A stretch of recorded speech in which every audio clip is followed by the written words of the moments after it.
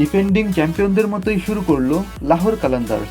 PSL 2026-এর উদ্বোধনী ম্যাচে হায়দ্রাবাদ কিংসে রীতিমতো উড়িয়ে দিল শাহিন আফ্রিদির দল।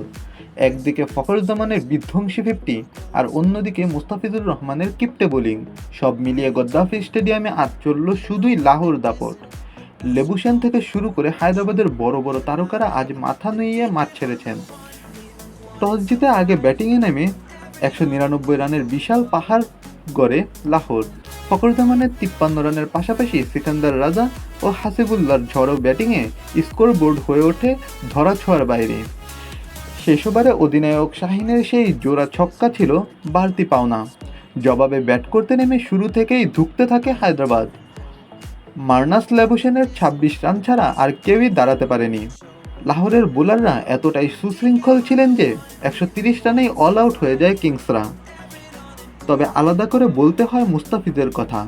4 ওভারে মাত্র 19 রান দিয়ে তিনি প্রমাণ করেছেন কেন তিনি এই লিগের অন্যতম সেরা বিদেশি।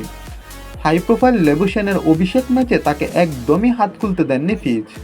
যদিও উইকেট পেয়েছেন একটি, কিন্তু তার নিয়ন্ত্রিত স্পেলই মূলত হায়দ্রাবাদকে ম্যাচ থেকে ছিটকে দেয়।